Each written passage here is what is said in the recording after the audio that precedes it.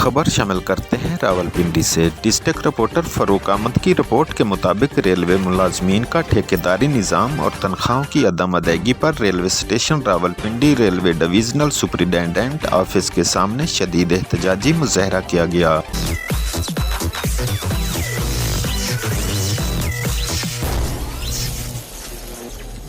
Sting test का झटका। मुजाहिरीन ने टायर भी जलाए और गले में रोटियां डालकर अपने मुतालबात मनवाने के लिए सीनाकोबी भी की।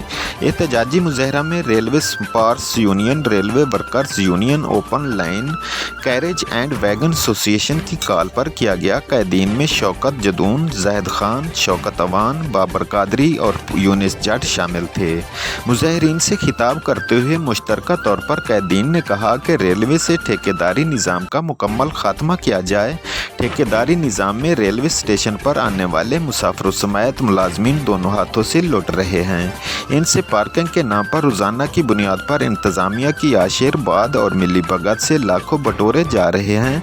पार्किंग फ़ीस घंटों की बजाय मिनटों से चार्ज की जा रही है। मुसाफिर वापसी पर 200 से 3000 रुपये भरते हैं। रेलवे मुलाजमीन से मुतल्लिका मसाइल और कैदीन ने कहा कि 2 माह गुजर चुके हैं, अभी तक मजदूरों को तनख्वाहों की अदायगी नहीं की गई।